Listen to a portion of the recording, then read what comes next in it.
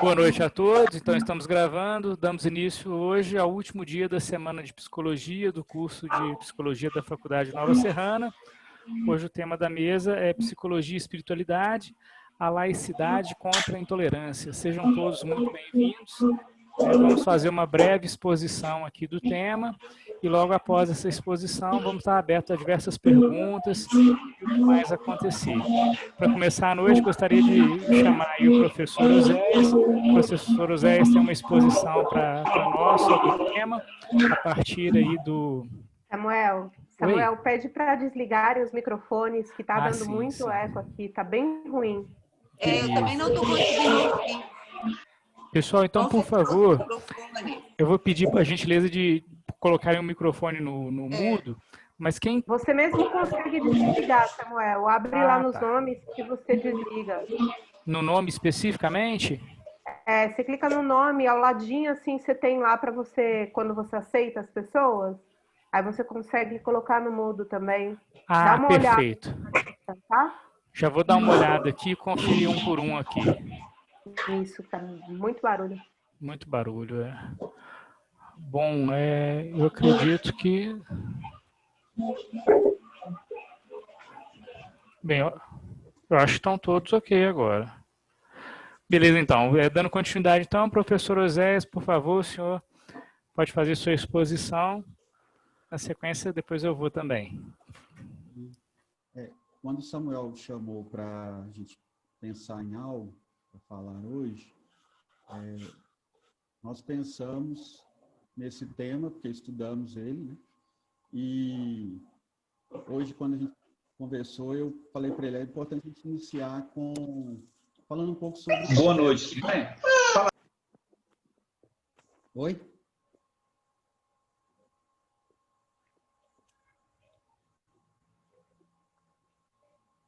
Samuel, você falou alguma coisa? Não, eu acho que alguém desejou uma boa noite. E boa noite, né? Vamos lá. Então, a palavra laicidade foi formada no século XIX, e ela vem do termo laic, que quer dizer leigo, não pertence ao clero, né? Depois, a gente pensar mais profundo, a gente buscaria, né, o termo no grego, que significa povo, mas, resumindo, é aquele que não pertence ao clero. Quando eu fiz a minha pesquisa do mestrado, eu estudei um pouco sobre o contexto histórico da laicidade no Brasil, nesse contexto religioso também, né? No período colonial brasileiro, manteve a hegemonia da Igreja Católica. Somente os católicos gozavam do benefício da coroa portuguesa. Havia forte vínculo entre a Igreja e o Estado. Temia-se que o não católico enfraquecesse a estrutura colonial desenvolvida em parceria com a religião. Nesse contexto, tipificava-se a heresia e a apostasia como crime, né? Então, aquele que não era católico, ele não era permitido que ele fosse, ou era permitido que ele exercesse a religião, outra religião, ou manifestasse o que não fosse determinado pela coroa. A maçonaria, ela tentou fazer ou desvincular essa hegemonia, mas, sem sucesso, não foi possível. Ela tinha até uma certa interferência, abertura, mas não era permitido, né? Então, no entanto, a liberdade era muito restrita nesse contexto. A união entre a Igreja e o Estado era forte, era presente. A religião católica, assim, se tornou a religião oficial, quanto as outras religiões não tinha o direito à liberdade de crença, mas também não tinha a liberdade de culto. Em 1824, com a nossa primeira Constituição, ela continua sendo essa religião do Império, né? E todas as outras religiões serão permitidas com o seu culto doméstico ou particular, em casa para isso destinadas, sem forma alguma exterior de templo. Então, não era permitido que tivesse um templo, que pudesse cultuar fora de suas casas. Mas, mais adiante, né, no artigo 179 dessa Constituição, ninguém pode ser perseguido por motivo de religião, uma vez que respeite o Estado e não ofenda a moral pública. Então, foi permitido esses cultos em casa, eles poderiam manifestar a sua fé em casa, não seriam perseguidos por isso, mas fora de casa, você seria punido. Em 1891, numa outra Constituição, foi permitido a separação entre a Igreja e o Estado. Só que o culto religioso foi permitido, e o Estado laico, então, começou a se pensar nesse Estado como separar a Igreja e o Estado. Então, a Igreja começou a ter uma proteção do Estado, né?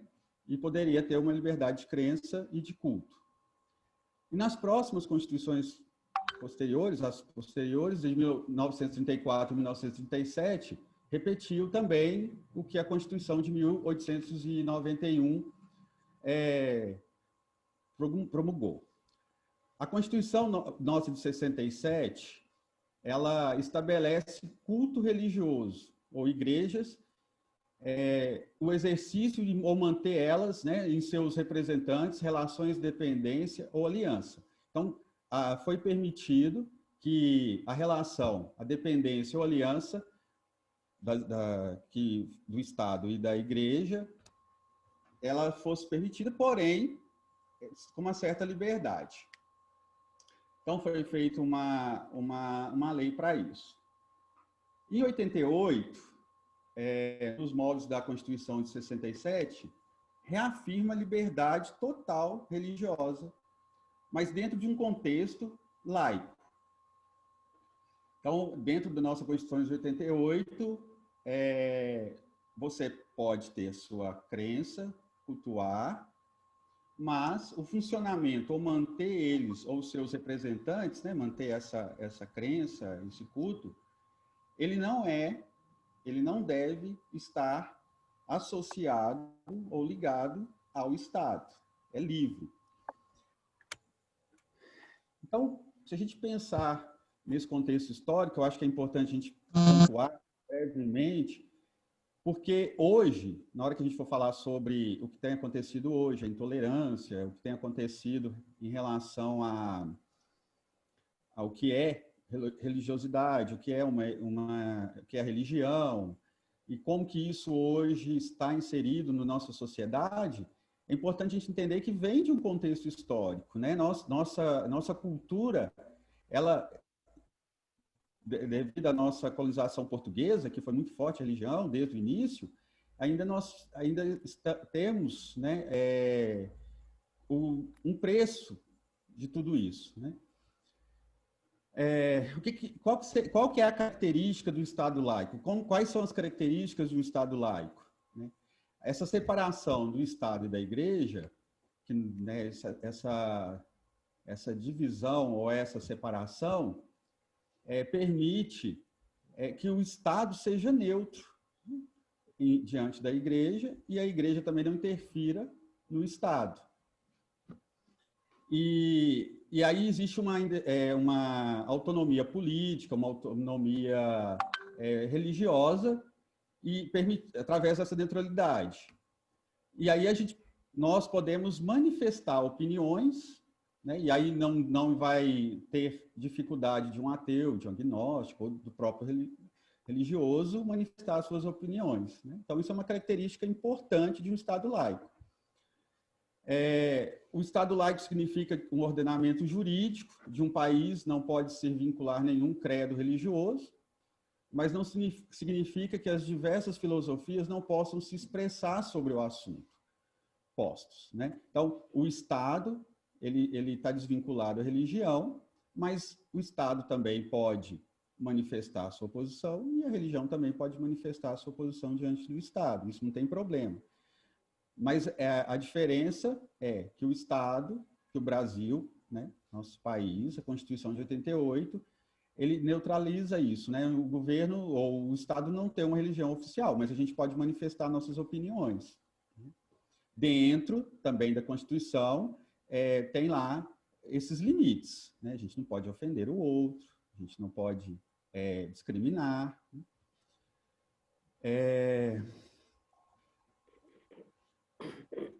E assim o Estado laico é aquele onde o direito do cidadão de ter ou não ter religião é respeitado e que assegura a liberdade de consciência, né? Então, nós temos essa liberdade de expressar, de consciência, de acreditar ou não.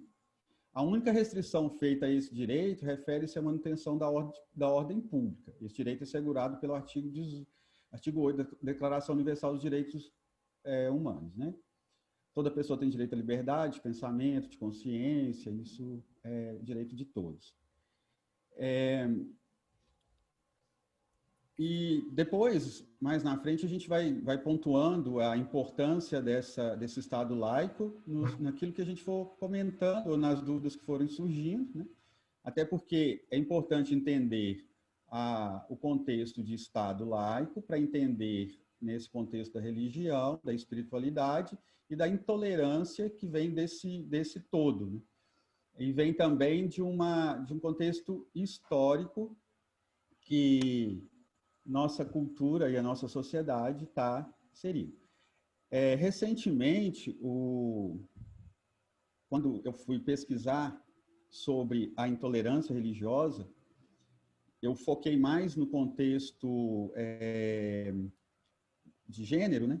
E aí, historicamente, isso vem de uma cultura... Os maiores preconceitos e discursos em relação aos gays, por exemplo, eram da religião. Então, eu fui fazer nessa pesquisa e essa busca para entender ou compreender o que os gays, os homossexuais, eles sofriam de preconceito, vem do contexto religioso. E pontuando a sua ser menor, né? E ser incapaz de expressar suas opiniões e suas crenças, porque ele é homossexual. E sendo excluído também, né? Da família, da sociedade, sendo excluído também do contexto social, né? Então, eles ficavam ao descrédito da sociedade em nome do discurso, ou pelo discurso religioso. E a Constituição de 88, ela inicia uma possibilidade de compreensão, de respeito, porque a partir daí surgiram leis, né, e principalmente o Supremo começa a manifestar, né, diante desse grande discurso intolerante, religioso, e ele começa a apresentar normativas que permitiu leis e permitiram direitos para esse público, né? Então, o Estado laico, ele possibilita a igualdade. Ainda precisa ser conquistado muita coisa, mas a importância do Estado laico no que tange a igualdade, o respeito, isso tem mudado. Falta muito, tem que caminhar muito, mas parte desse princípio, né? Parte de um princípio constitucional, parte de um princípio da lei, parte de um princípio que englobe o social todo. E aí agora trabalhar também a questão das crenças, da visão do outro, da cultura, e isso tem acontecido. Mas eu inicio com essa fala do Estado laico, da laicidade, depois a gente volta a falar mais. Beleza, muito obrigado, amigo. Professor Oséias, uma bela exposição aí do que é a laicidade do Estado e como que é importante, né, a gente ter essa convicção e ter essa ideia do que é o laico dentro do Estado, né, dentro do Estado de Direito. Bem, eu pautei... Olá? Eu pautei aqui a minha exposição também e eu separei alguns termos para a gente começar a discutir, né? Eu queria fazer primeiro uma breve definição também do que é essa psicologia, qual psicologia que a gente está falando, né? São psicologias, na verdade, como diz a Ana Bock, na verdade, e também definir, né, a questão da espiritualidade, fazer uma diferenciação dessa espiritualidade para outros dois termos que não são sinônimos, que é a religiosidade e a religião. Acho que cabe muito bem a gente trabalhar esses três conceitos. Vou voltar um pouquinho na laicidade, mas aí como o Oséias já fez essa exposição conceitual, eu vou tentar me ater numa concepção mais funcional da laicidade dentro do Estado, né? E da intolerância também. Acho que é um quarto tema que é importante a gente estar discutindo sobre o que é intolerância, né?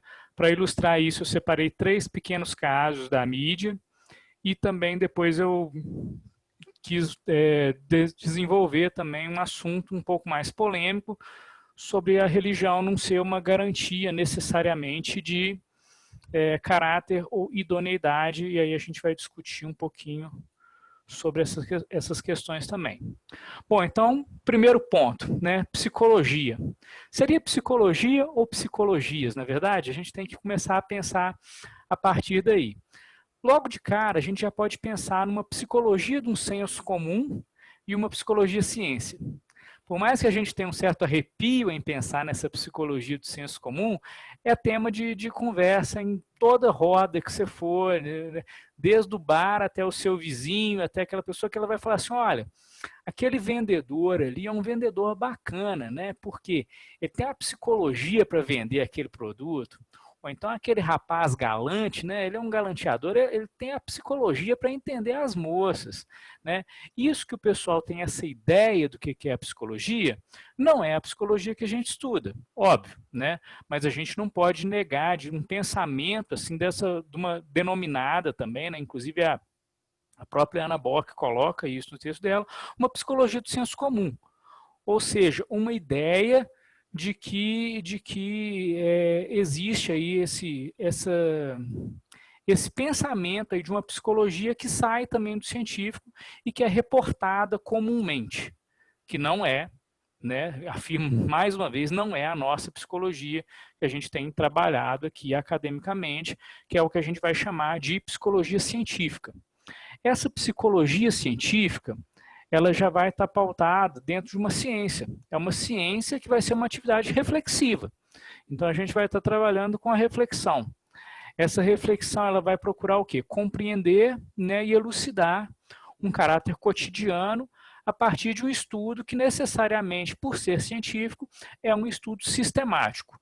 Tudo que é ciência vai envolver um estudo sistemático. A ciência, então, ela vai se compor de conhecimentos, fatos, aspectos da realidade, né, do seu objeto de estudo.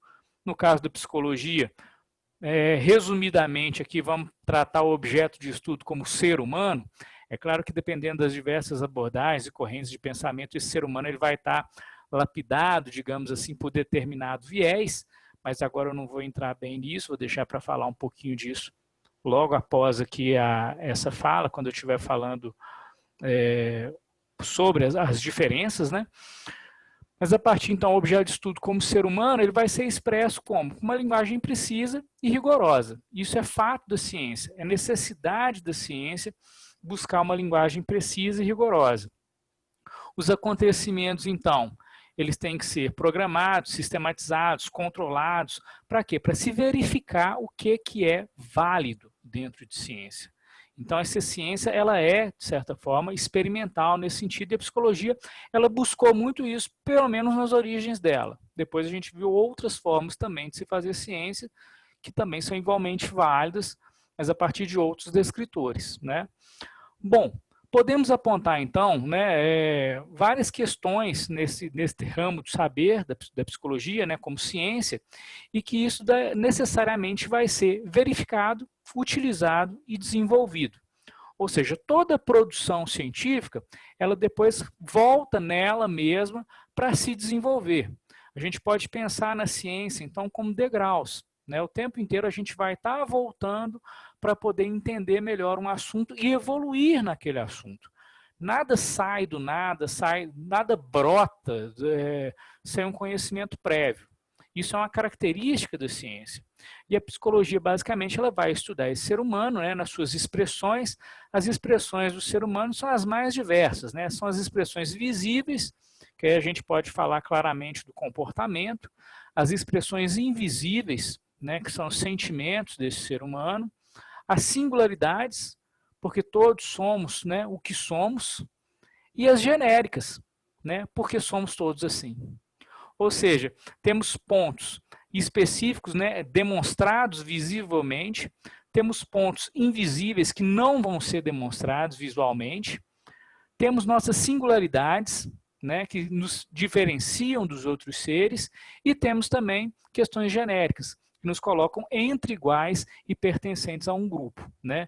As grandes diferenças, então, nesse caso, que eu comecei a falar antes e agora eu volto nelas, dessas abordagens em psicologia, basicamente elas podem ser sintetizadas a partir dessa concepção de ser humano que cada abordagem vai estar desenvolvendo. Aí, para a gente pensar, por exemplo, nas três maiores, a gente pode pensar, por exemplo, o inconsciente na psicanálise, o comportamento no TCC e a consciência, né, a existência desse indivíduo no humanismo. Né, basicamente seriam essas ideias que a gente vai pensar nessa concepção de indivíduo, né, a liberdade, no caso aqui, liberdade e responsabilidade sartrianas, né, que seriam esses pontos. Bom, não dá para a gente misturar, por exemplo, a psicologia com práticas adivinhatórias, né, que faz parte do senso comum e que somos constantemente convidados a falar sobre isso, né? Quem, por exemplo, aí já foi, né, numa balada, solteiro aí, falou, olha, o que você faz da vida, né, meu rapaz? Aí ele fala, não, eu sou estudante aí de psicologia. Ah, não, então o que eu estou pensando agora? Né? Quem nunca se deu com essa pergunta? Ou não, então o que eu estou pensando? Não, você está me analisando então, o que eu estou pensando agora? Não existe, né? Psicologia não é bola de cristal, psicologia não é adivinhação, psicologia não é uma atividade mística, né? Nada contra nenhuma atividade mística, mas não é o caso. Então, assim, é claro que devemos estar abertos para o novo, devemos estar bem preparados para entender novas concepções, novas questões do âmbito da ciência, mas, né, é uma junção que talvez não seja mais interessante, né, uma vez que não é esse tipo de prática, uma prática científica. A ciência, então, ela como uma forma de saber, ela nunca vai estar pronta, ela nunca vai estar, não está nem nunca vai estar pronta. Ela sempre vai ser um processo de construção. A ciência ela vai ser uma construção constante ao longo aí do processo, né, de vida da pessoa e das outras gerações também, e ele vai estar nesse exercício de diálogo entre pensamento humano e realidade nos seus mais variados aspectos. Basicamente, então, a gente pode entender essa psicologia dessa forma. Várias psicologias, porque são vários pontos desse ser humano que a gente precisa estudar sobre as mais diversas vertentes, mas basicamente a gente está tratando de uma psicologia científica, uma psicologia que não está no senso comum, ela não está atrelada a uma atividade mística, ela não está atrelada ao fantasioso, ela está atrelada ao verificável e ao pautado dentro aí de uma construção contínua, né? Primeiro ponto, então, dessa mesa, eu acho que poderia ser esse tipo de definição, buscar essas definições. Oséias muito bem já colocou da laicidade, eu comecei a falar agora, então, da psicologia. A gente está com pouquíssimo tempo, mas eu acho que compensa a gente continuar ainda um pouco, temos 3 minutos para eu já falar um pouco da espiritualidade. Eu acredito que não vai dar para fechar esse tópico agora, mas a gente vai dando continuidade, ok? Então, vamos lá. A espiritualidade, né? O interesse pela espiritualidade e a religiosidade, de certa forma, eu acho que ele sempre existiu na história humana, né? Acho que em toda a história humana sempre se interessou falar sobre religiosidade, sobre espiritualidade. Porém, né, academicamente, né, isso não foi muito bem aceito em alguns momentos, e só agora, né, nos últimos anos, né, principalmente eu acho que aí a partir aí de 60, que a gente começa a ver um interesse maior, né, da ciência a fim de investigar esse tema da espiritualidade, né, dentro das ciências humanas. Né? No caso aí, a crença religiosa, ela é necessariamente uma parte muito importante da cultura. A gente não pode negar a crença religiosa como formativa também no indivíduo, né? E Os princípios e valores utilizados dessa crença religiosa, dessa cultura religiosa, eles vão necessariamente estar dando formas a julgamentos e processamento de informação pela população em geral. Não dá para se negar, não dá para colocar a religião à parte da política ou à parte da formação cultural dos indivíduos. Só que a gente tem que ter um discernimento em relação a essa religiosidade, né? Aí vem esses 3 termos que eu acho interessante a gente definir eles bem separados agora, que não são sinônimos. Espiritualidade, religiosidade e mesmo aí a religião, né? São temas próximos, mas são fenômenos bem diferenciados. Como que é isso? Bem, primeiro a religião. A religião acho que é o mais simples da gente definir aqui. A religião, normalmente, né, deveria, pelo menos, ser uma fonte de espiritualidade.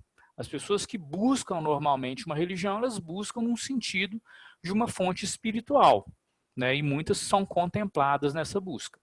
Em geral, né, as religiões elas vão ter um catálogo de regras, né, um catálogo de crenças, um catálogo de proibições também, né? Já a espiritualidade não, ela vai ser livre e criativa. Essa é uma diferença muito marcante, que eu vou voltar nela também ao longo aqui dessa exposição várias vezes. A religião também, necessariamente, ela vai estar sendo marcada por uma instituição, então a religião ela é institucionalizada, ela tem uma questão com uma instituição que vai determinar alguns dogmas, nos quais os indivíduos que se convertem a essa religião ou se utilizam dessa religião, eles vão necessariamente concordar com esses dogmas e segui-los. Pessoal, a qualquer momento eu acho que a gente vai ser desconectado. Eu já peço desculpas antecipadamente, porque está faltando aí menos de 1 minuto, já está o letreiro aqui, mas eu vou chamar novamente para essa... Oi?